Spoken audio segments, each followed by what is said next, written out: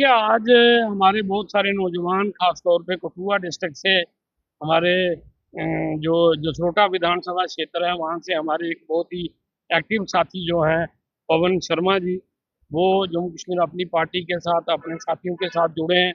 हमारे जम्मू के एक लीडिंग बिजनेसमैन सुरेंद्र शर्मा जी, वो भी अपनी पार्टी के साथ जुड़े हैं। और इसी तरीके से हमारे नौजवान साथी शुभम शर्मा जी, देवेंद्र शर्मा जी और इनके बहुत सारे साथी आज अपनी पार्टी के साथ जुड़े हैं।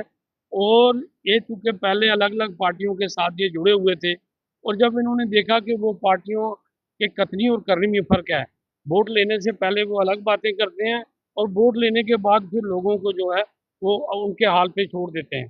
तो आज इनको लगा कि जम्मू कश्मीर अपनी पार्टी सच की राजनीति कर रही है, सच बोल रही है, लोगों को बरगला नहीं रही, लोगों के साथ झूठे वादे नहीं कर रही। तो उसको देखते हुए जो लोग आज जम्मू कश्मीर अपनी पार्टी में शामिल हुए हैं। जो वादे जम्मू कश्मीर की सरकार या अन्य सरकारों के द्वारा किए गए थे लोगों के साथ, जम्मू कश्मीर में लगातार बेरोजगारी हुई या लोग परेशान हैं।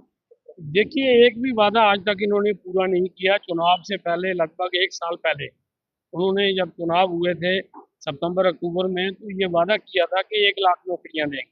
ये वादा किया था कि डेली वेजरों को परमानेंट करेंगे। ये वादा किया था कि हर घर को 12 सिलेंडर जो हैं वो साल में फ्री देंगे।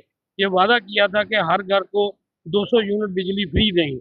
ये वादा किया था कि माइनिंग पे जो है वो रोक लगेगी, बाहर के ठेकेदारों को नहीं आने देंगे। लेकिन आज आप देखो कि 1 साल होने के बाद एक भी वादा जो है वो पूरा नहीं हुआ और उल्टा जो है वो लोगों को गुमराह किया जा रहा है कि हमको एलजी काम नहीं करने देता। एलजी कहता है लॉ एंड ऑर्डर के अलावा सारी पावरें इनके पास हैं। कहीं न कहीं जम्मू कश्मीर के लोग पीछे जा रहे हैं। इस इनकी जो आपस में जो अंडरस्टैंडिंग नहीं है, क्योंकि जब यहाँ चुनाव हुआ था तो उमर अब्दुल्ला साहब को भी पता था कि मैं यूटी में चुनाव लड़ रहा हूँ। पहले उन्होंने कहा कि मैं यूटी में चुनाव नहीं लड़ूंगा क्योंकि मेरे से काम नहीं हो पाएंगे।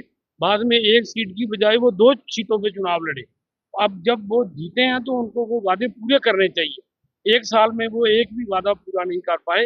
इससे युवा जो है बहुत निराश है, क्योंकि नौजवानों को उम्मीद थी कि 10 साल के बाद चुनाव हुआ है, ये कुछ करेंगे, बट ऐसा कुछ नहीं। क्या आज हमारे बहुत सारे नौजवान खास तौर पे कठुआ डिस्ट्रिक्ट से हमारे जो जसरोटा विधानसभा क्षेत्र है वहाँ से हमारे एक बहुत ही एक्टिव साथी जो है पवन शर्मा जी, वो जम्मू कश्मीर अपनी पार्टी के साथ अपने साथियों के साथ जुड़े हैं।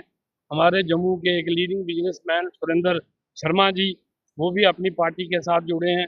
और इसी तरीके से हमारे नौजवान साथी शुभम शर्मा जी, देवेंद्र शर्मा जी और इनके बहुत सारे साथी आज अपनी पार्टी के साथ जुड़े हैं। और ये चूँकि पहले अलग-अलग पार्टियों के साथ ये जुड़े हुए थे और जब इन्होंने देखा कि वो पार्टियों के कथनी और करनी में फ़र्क है, वोट लेने से पहले वो अलग बातें करते हैं और वोट लेने के बाद फिर लोगों को जो है वो उनके हाल पे छोड़ देते हैं।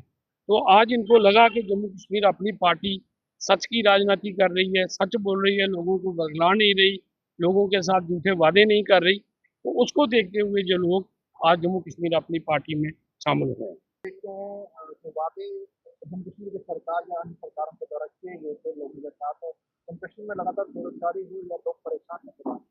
देखिए, एक भी वादा आज तक इन्होंने पूरा नहीं किया। चुनाव से पहले लगभग 1 साल पहले उन्होंने जब चुनाव हुए थे सितंबर-अक्टूबर में, तो ये वादा किया था कि 1 लाख नौकरियाँ देंगे। ये वादा किया था कि डेली वेजरों को परमानेंट करेंगे। ये वादा किया था कि हर घर को 12 सिलेंडर जो हैं वो साल में फ्री देंगे।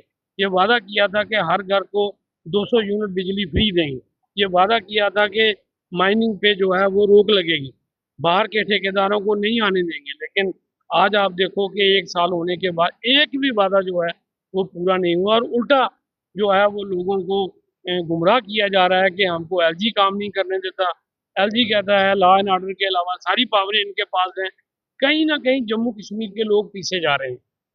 इस इनकी जो आपस में जो अंडरस्टैंडिंग नहीं है, क्योंकि जब यहाँ चुनाव हुआ था तो उमर अब्दुल्ला साहब को भी पता था कि मैं यूटी में चुनाव लड़ रहा हूँ।